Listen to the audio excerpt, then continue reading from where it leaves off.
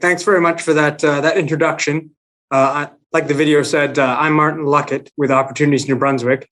And today we're here to have a discussion around a conscientious transition towards biofuels.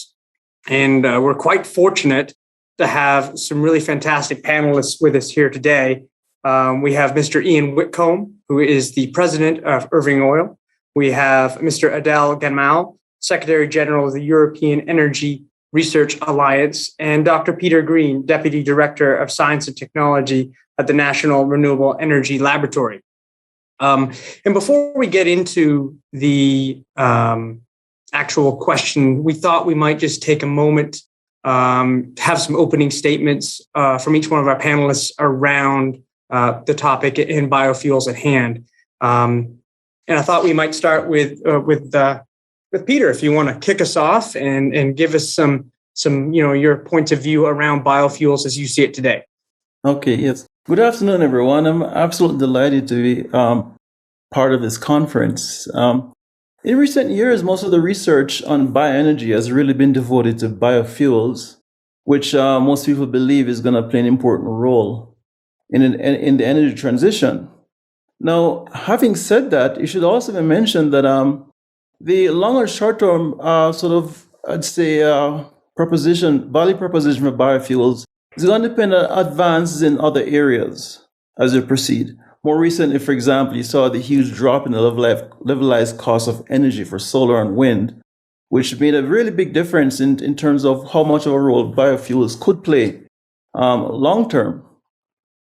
Now, as we think about the future, it's really important, and certainly we did this at NREL, to look at some megatrends, because the megatrends really give us a sense of the kind of planning that we need to do to prepare for.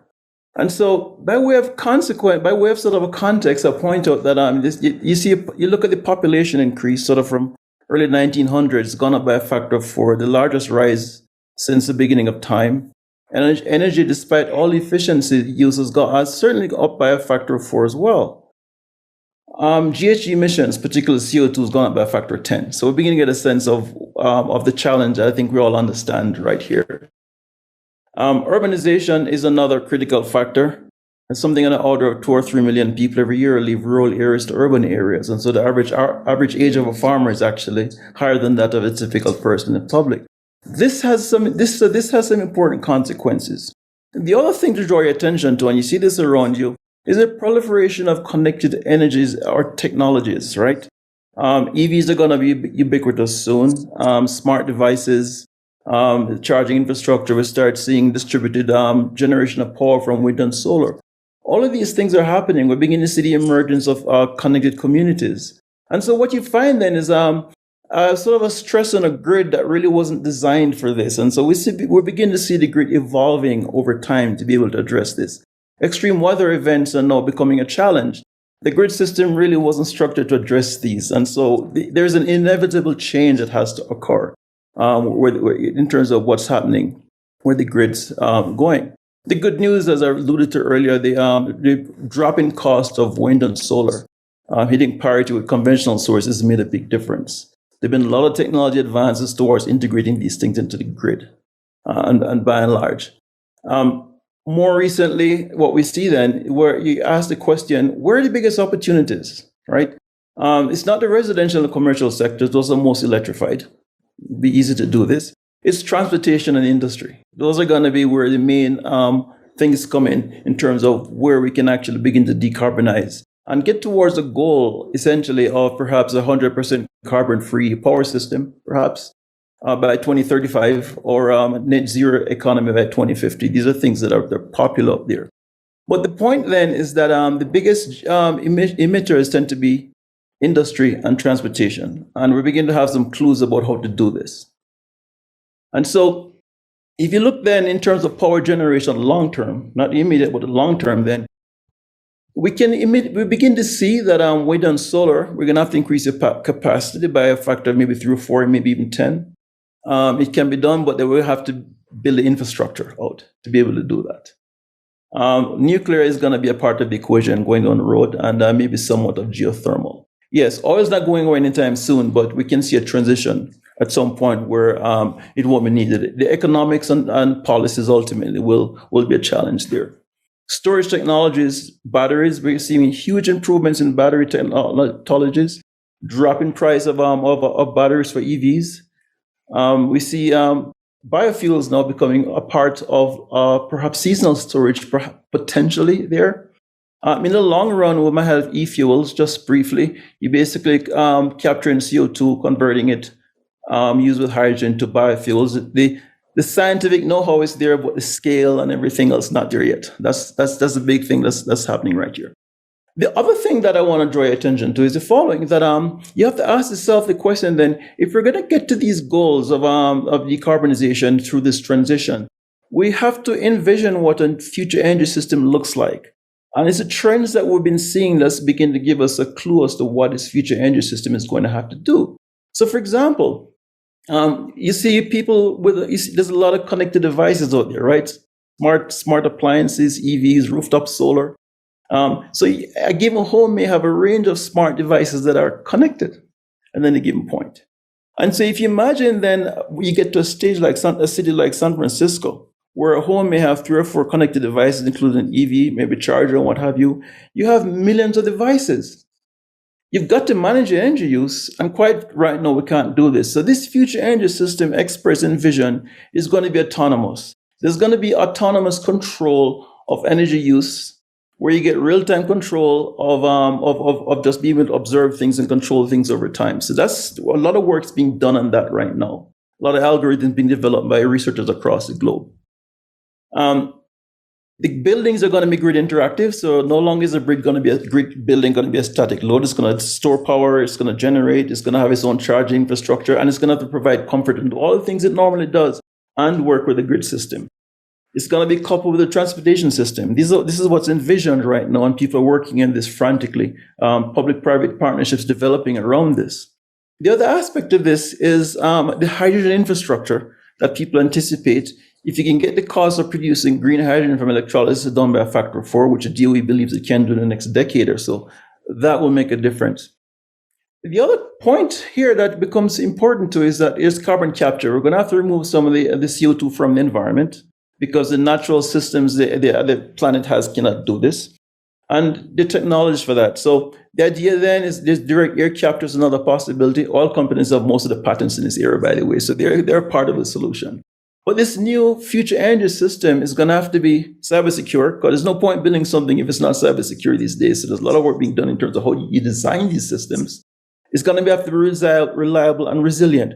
Resilient means that you're designing a system that can adapt to a changing environment, and in the presence of a disruption, get back to a normal operating conditions. So there's a lot of work being done right there. And so this gets us back to this question, biofuels, right? It's going to be in transportation and industry. That's where it's going to have the thing. Light-duty vehicles, they're going to be electrified. We're pretty sure of that over the next few decades. And so it's going to be heavy-duty trucks going long distances, air travel, and marine travel. And with the biofuels, the focus is on diesel and jet fuel. The technology, with the scientific basis exists, but obviously we're going to have to develop the infrastructure and cost and sustainability. Those are going to be big challenges for us by and large, but the basic ideas are there by and large. Right now, converting biomass is range ways to convert biomass to biodiesel. It means that you get improvements, reduction in sulfur, reduction in emissions. Those are great things. There's a program that DOE invested in with the labs and a number of universities in industry called Co-Optima, where they basically look at compositions of fuels with certain fuel mixtures to optimize the performance of the fuels. And what they're finding is that they can develop these fuels right now that are more effective, high performance, and with a huge reduction in soot development. So that's another thing that's going on right here by and large. The recently there was a release by Alder Fuels, a company with United Airlines, and using some technology developed with Enrel, again on biofuels. The feeling is that they can develop a sustainable supply for ships. Again, there's a lot of possibilities for biofuel development there. And one final thing I want to say: in the long term, the thought is the following: you can capture CO2 from an environment, electrochemically reduce it, and with hydrogen produce chemicals and produce fuels. So you got e-fuels. So this is a way of producing fuels without petroleum, or you can produce materials. This is a way of producing plastics without polymers, for example, and without using biomass. And so the future looks really good in terms of science and technology, but obviously there are humans in the loop, and that can change things. So with that, let me. So those are my final opening comments. Perfect. Thanks very much. Mr. Algamal, do you want to add in, your points of view on the topic to begin? Okay, with pleasure. So good. Well, it's quite late here, so it's a good afternoon, I suppose, in Canada. So good afternoon, everybody. I'm very glad and very honored to be participating in this panel. Thank you very much for the invitation. So first of all, NREL is very well known. EERA is probably a bit less. So just to position what we do. EERA stands for the European Energy Research Alliance, and basically what we are is an organization which coordinates research activities across approximately 250 research organizations, either RTOs or universities, across 30 countries in Europe. And we work extremely closely with the European Commission on the clean energy transition strategy. And the coordination that we do is, in fact, materialized through 18 joint research program, international research programs, covering, of course, the whole range of low carbon technologies, all those that Peter has mentioned, but also covers a number of cross-cutting or more systemic challenges related to the transition. So first, I would like to say, yes, I would certainly thank you very much, Peter, for the introduction. I think you brought through the range of the different technologies we'll have to use, definitely, that is for sure. It raises immediately for me two comments. The first one is that we have, a toolbox with so many technologies, some of which are already highly competitive. You mentioned wind and solar. This is really impressive what has been achieved over the last 10 years. But the challenge will be how do we deploy with sufficient speed, these technologies, and how do we integrate all these elements and different technologies together into a resilient energy system? This is really the challenge. If I look at the the latest statistics of the IEA, I think new renewables, which covers wind and solar, they represent only 4% of the primary energy demand. So it means that the rate of transition from fossil fuels to low carbon technologies has been extremely low. Notwithstanding the fact that solar and wind are today extremely competitive. So it means that technology are, of course, key enablers for the transition, but they are by no means sufficient. So technology research is fundamental, but we will never reach, in my view, net zero by 2050 if we don't think about a more global transformation of the society. I will come to that point a little bit later on. First of all, we must, my reading is that whatever the efficiency of the technology you use, we have never been able to achieve a real deep decoupling between economic growth and emissions. And in fact, if you look at the greenhouse gas emissions statistics from the IEA, you see that it has been permanently growing until 2020, and the COVID disruption has created, for the first time since World War II, a drop in emissions, a drop of approximately 7%. It's estimated to be 7%. 7% is exactly, close to exactly what we need as a yearly drop in emissions to achieve net zero by 2050. So you could figure out, of course, this is an image, but you could figure out that we need a disruption which would be of the size of the COVID crisis globally every year cumulatively for the next 30 years. This shows just the order of magnitude of the change which is needed. It's not just because we will be deploying massively wind and solar that you'll get rid of all the assets which have been there for a couple of years, or those who are still invested in at the moment. So there's really a transformation in all our system, including in how the market is designed and what are the incentives for new investments. So my view is that, EERA has been traditionally running these programs on technological development. But we are looking now, beside, of course, looking at all these technologies in very details, we're looking also at what are the other conditions in the society to be able to drive this transition. I don't want to monopolize too much the debate now, but I think there are a couple of things that we need to say. First of all, as I said, we need to revise almost all aspects of our society.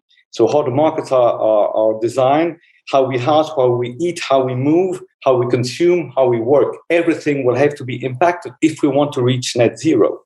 And if we want to do that, you need really to have a strong adhesion of the citizens, of the population, and I would say most generally of all stakeholders within the society. In order to create such motivation, such commitment and engagement for the deep transformation which is needed, what is absolutely fundamental is to give people a way to relate to these transition pathways. They need to relate on how the efforts or the changes that they will be implementing, how they could project themselves in a new desirable future. And I believe what is really missing, certainly at European level, but I believe this is a global issue, is to really have a narrative about how we're going to transition from our current society to a totally different model, which will enable us to achieve sustainably net zero. And the last point I want to mention is another essential point which I see in transition to net zero, because we tend usually to look into our own garden. And, I'm working very, very closely and daily with the European Commission, but Europe represents at the moment 9% of global emissions. So, if we don't act collectively, there's absolutely no chance that we'll reach net zero globally. So it's absolutely fundamental that we step up very significantly international collaboration. And this, I will end on this note and consider this as a call for collaboration across the Atlantic, at least, but more generally, worldwide collaboration on driving this clean energy transition. Thank you. Thank you very much. That was very insightful. Mr. Whitcomb, do you like to give us your sort of opening statement as it relates to biofuels and what your thoughts are? Yes, thank you very much, Martin. And thanks to Peter and Adel as well. The comments are very well taken, and I think a great way to start this discussion. At Irving Oil, my comments will take some of the conceptual comments that have been offered to date and maybe bring them down and make them a bit more, what are we doing in industry today? At Irving Oil, we operate Canada's largest oil refinery, and we operate Ireland's only oil refinery. We operate over 1,000 retail outlets, a fleet of ships, marine terminals, all across Atlantic Canada, and in fact, throughout the Atlantic Basin.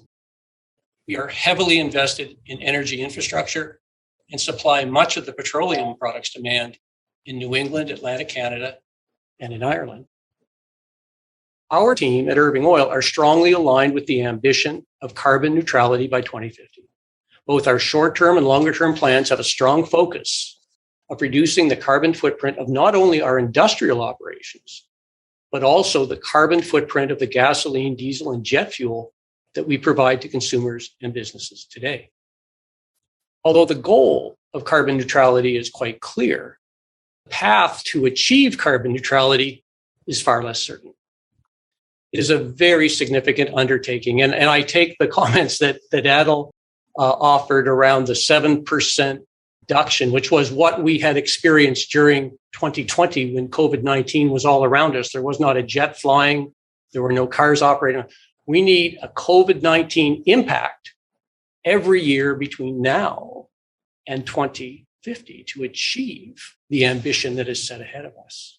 It is a very significant undertaking. But I would offer to achieve carbon neutrality, we have to start moving today. And we have to start moving today to the technologies that exist today, knowing that new technologies will be coming every couple of years, every decade, and we will be able to jump and advance to those newly advancing technologies over time. But we cannot wait for the silver bullet. Businesses and consumers must start now by implementing the technologies that exist today, because if we don't make that 7% improvement in year 1 or in year 2 or in year 3, by the time we get to year 10, it's a monumental task.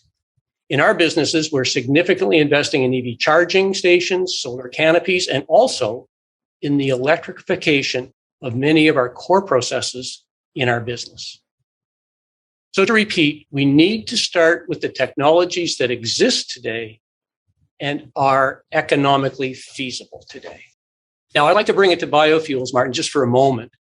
Biofuels, of course, have been around for a long time. And originally, biofuels, and even today, a large part of biofuels is taking traditional petroleum products and blending them with biofuels, and you have a blended product at the end of the day. In blending in that traditional manner, you hit a blend wall because you don't really commingle the molecules. You add the products together and you mix them up in the blender, and that's what you get. But they don't really stay separated over time. And so the technologies have advanced over time. And now there is co-processing of biofeedstocks with traditional refinery feedstocks in our refinery, for example, in Ireland. And that allows the molecules to be commingled. And by running the molecules together, you no longer have this challenge of hitting a blend wall, but you can run more and more and more biofeedstocks. And in fact, ultimately, you can run the biofeedstocks neat at your oil refinery, and you will not hit the blend wall. As an example, at our refinery in Ireland, we are today working really hard to source biofeedstocks that do not remove food from society, from the world's supply chain. Today, with our modest processing of used cooking oil and animal fats through our hydrocracker, our refinery removes the annual emissions of 30,000 cars a day in Ireland. And with some modest improvements and changes we can do, we can move the equivalent of 100,000 cars off the roads in Ireland with today's technology, the equivalent of 215,000 pounds of CO2. And so when I think of biofuels, and I put it in that context, if Ireland's motor diesel were replaced with 100% biofuels, they could achieve 1/3 of their 51% planned reduction in CO2 emissions by 2030. Biofuels are a technology that exists today. There are challenges certainly with it, but it, in this time stamp, in this next 5, 7, 10 years, can actually help society achieve a very significant move toward the ultimate goal until new and newer technologies are developed in it. And those are my opening thoughts. Those are some very, very interesting opening thoughts. They're really great. I love to hear how it all really works at the refining level. And I think we'll get into the specific questions. And I think our opening question is really a great segue. And it touches on a lot of what you just spoke of, what you all just spoke of. So our first question, we'll put this out to Dr. Green. How do biofuels really fit into energy transition when we talk about, the renewables and the goal towards driving towards net zero? I think with the biofuels, it's towards the decarbonization strategy. because by that we just heard that you can begin to mix small amounts of biofuels with regular petroleum fuels, and that begins to impact the CO2 reductions. Eventually, you want to get to a point where it's a total replacement. And so right now, with just the use of forest and agricultural residues, the 75% of US aviation could be replaced by biofuels entirely. And that would lead to significant reductions in decarbonization, as an example, right now. And the use of food and municipal waste as another feedstock for biofuels is another great example. There's a lot of work being done right there, mixing it with petroleum to, reduce the amount of CO2 that's emitted into the air. So lots of good strategy there. Algae is another long-term view with a lot more research to be done, because it's plentiful. That too can get to a point. The hope is essentially for aviation fuel to be completely replaced by biofuels, as an example. And with aviation, is responsible for about 3% of greenhouse gas emissions. And so biofuels, it would lead to significant reductions there. This is one thought, yeah. Mm-hmm. Mr. Algamal, what do you think? Yeah, I think, well, that's of course, I believe that, biofuels, bioenergy in general and biofuels in particular have, of course, a critical role to play. I mean, this is there's absolutely no question about it. And you find, of course, this important contribution in all the reference report, be it from the IEA, from IRENA or others. So there's no point in challenging that. I'm absolutely convinced about it. I would maybe make first a comment, and on the one hand, totally acknowledging and supporting what Ian has said, that we need to use, the technology we have now. We cannot wait until we have other technologies. So we need to use them immediately at full speed, at full scale. But parallel to that, we know that many technologies are not yet either fully competitive or did not reach a level of efficiency. I don't like the word competitive, by the way, because this is, in my view, something that really can be challenged in many respects. But okay, this is a separate subject. What we need also, in parallel to using what we have today, is to significantly scale up the investment in research and innovation for these new technologies. If I take biofuels, I think the IEA mentions, correct me if I'm wrong, that approximately half of the emissions abatement from biofuels to 2050 will come from technologies which are not yet on the market, which are either in on prototype or demonstration level. So you need still to invest quite a lot of money to improve this technology. Some technologies are not even identified today. And I see very much, certainly in Europe, but I think this is a general trend when I read international press and when I see, the works of Mission Innovation and the others, that there is a lot of focus on very close to the market research, research that or innovation that can yield direct impact on the competitiveness of a technology and hence on the potential deployment. I think this is an ill way of looking at things. I think we need to strike the right balance in order to keep the innovation funnel continuing until 2050 and beyond. And for doing that, you need to continue investing equally in low TRL research on those technologies which are not at all ready today, but which will make an impact in 10 or 15 years from now. So I think it's very important to acknowledge that we need to innovate on the close to market technology and deploy massively what we have, but we need to continue investing on a full range of technologies which are not yet on the market or even not yet identified for some. And for instance, we are working, this is certainly not the major part of our portfolio, but we have a research program looking at the direct conversion of sunlight into feedstock. So, there are a lot of things which are not at all close to the market, but which could be game changer in the future. And of course, a very good example of that is nuclear fusion. But okay, this is a whole debate in itself. Certainly very interesting. Mr. Whitcomb, as we sort of talk about these biofuels and how they fit, what do you think some of the real opportunities and or challenges really could be there? As we've been exploring and testing different biofuels alternatives within our own infrastructure in our company, we have found that the issues are not technology issues. When we talk about energy transition and the achievement of net zero carbon, often the conversation turns into a technology conversation. But what we have found in implementing even the technologies that exist today, from a business perspective, the real challenge is the supply chain issues, the government regulatory issues, whether or not the policies and the regulations, the equivalents of the EPAs of the world, have caught up to how these new technologies are rolling out.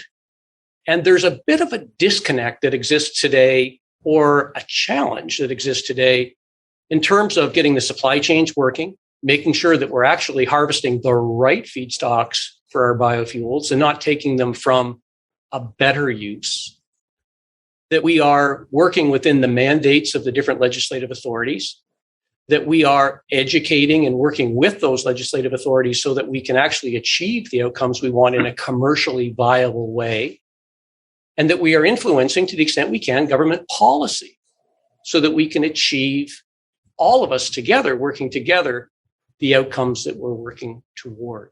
So within the biofuels arena, although I would absolutely support what Adel and Peter have said around, there is definitely R&D around municipal waste. There's about maybe wood chips, all of these other things. These are evolutionary technologies. These are not revolutionary technologies. The technology will not be the hurdle. The hurdle will be the alignment of society and the connectedness so that the ideas become commercially viable. Those are the real challenges with biofuels. That's certainly very interesting. We do have a lot of things to figure out, but I'm sure with companies like Irving doing what you're doing and progressing the conversation, great things are on the horizon. So that leads us sort of to our next question around this. Dr. Green, what do you think some of the prerequisites are going to be for this energy transition to biofuel? I think we're beginning to understand them already, in the sense that we've now identified aviation and things that are going to be really hard to electrify is essentially where we are. And so long-range heavy-duty vehicles which diesel biofuels, diesel are going to be important, aviation and sort of marine applications. So we have a pretty good idea what they are right now. And so let me add something to that. In the long run, the question is: will biofuels always be viable? Will they always be the way to go? And there are other technologies along the way right now. I alluded to something, for example, where the capture of CO2 and chemically reducing it. I'm getting technical here. There are ways to actually synthesize either biological or chemical ways or electrochemical ways to make fuels from captured CO2 and hydrogen and a range of chemistries. And so you can actually make fuels independent of biomass and certainly independent of fossil fuels, and those so-called e-fuels. That many decades from now could be the way to go, is what we're thinking. And and certainly electrification and hydrogen are gonna be continuing to be improved. The hydrogen infrastructure is gonna be continued. We're gonna be making more and more effective fuel cells. And so there is going to be some crossover. And so this crossover starts now with light duty vehicles. Maybe in the future it could begin to change. We'll probably see more air travel with electrification once things become more and more advanced. So the technologies earlier you heard from Ian are going to be important. And the humans in the loop ultimately will determine what the outcome looks like. Absolutely. Mr. Algamal, what do you think of the same thing regarding the prerequisites? Oh, we might have just lost them. Oh, yeah. Ms. Whitcomb, I'll ask you the same question. What do you think some of the prerequisites could be? As we've talked about energy transition and again, back to Adel's point about the pace of change that is required year after year after year to achieve the goal. What it brings to mind for me more than anything else as a prerequisite is the need for a sustained commitment toward the goals that we're talking about today. And the notion of the goals and the amount of change that we're speaking of, it has to exist throughout good economic times in the next 30 years and bad economic times in the next 30 years, has got to transcend through the time of the volatility that will certainly come as part of that energy transition in terms of energy pricing and energy availability, all of these things. So I think the first prerequisite in my mind is the notion of a sustained commitment that crosses geographies, that crosses political parties over a long period of time. I don't think we've ever seen that happen. And so it's a prerequisite for me to achieve the goal in the timeline that is required. I think the goal is still achievable, but if we to achieve it in the timeline, we need strong alignment. The other thing that I would suggest we need, and then I'll let it go, is that this goal of carbon neutrality by 2050, in our business, we have to break everything down into manageable bites and manageable time horizons. And so what we actually do in order to achieve a goal by 2050 as a prerequisite, we need to know what we're going to achieve next year or what we're going to achieve by 2030. And unless we have a target in the next 5-year window and we actually work really hard to achieve it overall as society, the target beyond that is really just talk. So I am very much in favor of, and our company is very much in favor of an ambition for 2050, but a target for a shorter period of time that you can actually hook organizations, governments, and industry to achieve the goals that we're setting out. Yeah, may I add something to this? Because this is a really important point. I do know with NREL, we have a range of public-private partnerships. We have about almost over 800 partnerships. And there are roadmaps in wind and solar and bioenergy with targets that will have to be met that DOE keeps track of and supports as we go along the way. They're not trivial. This energy transition is unlike anything we've ever faced in a goal with real existential consequences. To build out, for example, the future grid system, we're looking at trillions of dollars there immediately, right, at this point. And so if you're looking, but it's as you start using units of trillions of dollars, it begins to sound really terrifying. But the 2008 financial debacle cost us quite a bit more than this transition could cost us. And I certainly agree, as we make progress, it's going to have to be affordable. Our fellow Earthlings don't like to make tough sacrifices that we've learned the last few years. And so therein lies a challenge. Perfect. That's great. And I see we've got Mr. Algamal. Welcome back. We were just talking about the prerequisites for energy transition. So I will let you chime in and give us your perspective on what you think some of the prerequisites need to be. Okay. Well, thank you very much. And please forgive me if I repeat some of what has been said. My computer crashed. So I'm just back into the conversation. Well, I think we touched upon prerequisites. Of course, many. I think it was said before that technology.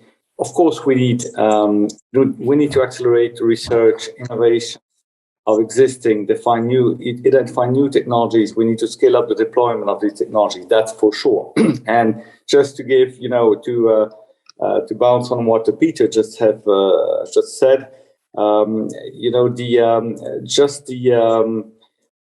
the money that was directly given by the European Commission to banks in order to save the financial system, 2008 crisis, represented 70, and that are hard facts, 70 years of worldwide public funding for research and innovation on low carbon technologies.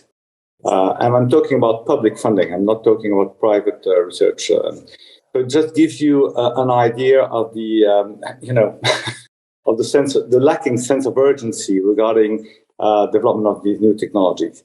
But as I said before, technologies are enablers. We have already excellent and very competitive technologies. Wind and solar definitely, but there are others coming in the line. But what we need is much more bold and decisive political action. And of course, we know that this is very difficult, but we know that if we want to move with the speed which is required, and we said 7% disruption every year, that is enormous. It means that we will need to change completely the balance of many markets. We'll need to, I don't like to say even distort markets, because all markets are profoundly distorted at the moment, but we'll need to change completely the rules of the games in many respects. And this will be very difficult politically to drive, because it will raise a lot of unrest in the sense that, people don't like uncertainty. And what we need to do is change the rules of the society. We need to reprogram. In fact, our society has been hard-coded for 150 years in a certain model. And we need to accept now that we'll need to rewire our society differently. And this will be extremely difficult to drive in cycle times, which are 1, 2, or 3 decades. Usually, you can drive that in 1 or 2 generations. We're talking then of 50 years or a century. So this is very difficult politically to manage, and especially that we are typically in a prisoner's dilemma situation. There is probably little incentive for any specific government or region to be the first mover. And I don't say in terms of investment in new technologies, because of course, the new name of geopolitical leadership is having industrial leadership. But in terms of changing the model, if the rest of the world is not playing according to the same rule, it will be extremely difficult. So I think there is a need for very, very bold political action. And this action cannot be isolated continent by continent. It needs to be concerted globally. And this is the major challenge in my view, especially when you see the weakness of, unfortunately, the weakness of the United Nations in front of the global challenges that we're facing today. May I add something? This is really interesting to me, because if you look at the GDP increases anticipated for the emerging economies, it's going to go, yeah. And so our challenge is exacerbated by that. Exactly. And they're going to do what we used to do. And so we're going to have to help them really quickly. And therein lies sacrifices on our end. Absolutely. Absolutely. And this shows also that it's absolutely fundamental to help them to leapfrog the investment in the traditional technologies. Yeah. Because otherwise we'll be locked for another 40 years with assets of the old economy. So we need really in all the countries of the Sun Belt, where the biggest they represent by far the bulk of the growth in the energy demand in the coming decades. So we need there to make sure that they leapfrog technology exactly the same way they did with the mobile phone, by the way. And that they invest into these low carbon technologies. And this is not a given, no? This is really not a given. Yeah, I think there's an important element of this conversation that we haven't touched on yet. And we've talked about the disparity of energy demand across different societies. We've talked about the tremendous cost. The other element that needs to come out into this conversation is these trillions of dollars that we're talking about, and the estimates are many, many, many trillions of dollars. The question is, who's paying for it? And we talk about energy transition, and we talk about it being commercially viable, and we talk about the cost, and we talk about the R&D. But we have to talk about, at the end of the day, it is society, or it is consumers who are paying this $15, $20 trillion cost. Right. And so from my perspective, the real trick in energy transition, although government policy and government action, bold government action is a prerequisite, the other part of it is society needs to support it 100%. And it's the people that need to pull it through and support it, because at the end of the day, it is society that will be bearing the cost. That's absolutely right. And what's really fascinating too is, take, for example, direct air capture, which is going to be a critical part of the solution. If we don't get the cost, like done by a factor 5 through S&T and manufacturing, nobody can make money doing it. But if it becomes a viable business, that's really helpful. And this is one example of that's also a question of how you define the market, as you know. Yes. Policy will part of that. Yeah. Yes. I would offer that every business, every research institution, every government needs to have a portfolio approach to solving this problem. And in that portfolio approach, what we need to do things, again, back to the point, in the immediate term, to not let those years slip by. We need to do enough work, like we're doing in our partnership with TransCanada Energy, to be thinking about, okay, we're doing what we're doing now for 3 or 4 years. What are we going to do for years 6, 7, 8, and 9? And then beyond that, through our association with Dartmouth College, what are we doing in the Archives of Energy and Society? What are we doing that can leapfrog even that and invest even in a longer time period? So you actually need a portfolio approach. Industry does, government does, all of society does, that speaks to these 3 time frames very discreetly and has actions associated with each time frame that they can point to and will deliver results. Yeah. Gentlemen, I think we're going to have to probably stop the conversation there, because I think we're at time. We have certainly covered a tremendous amount of ground in these last 50 minutes. And the conversation is one that I think we can continue to have. And I think other people and industries will continue to discuss, and this conversation will evolve. I'd like to thank you all for your very insightful comments and your wisdom in this area. It's been an extremely interesting discussion, and I hope it's one that we'll continue to have moving forward. Okay. Thanks very much, everybody. Thank you. Thank you very much.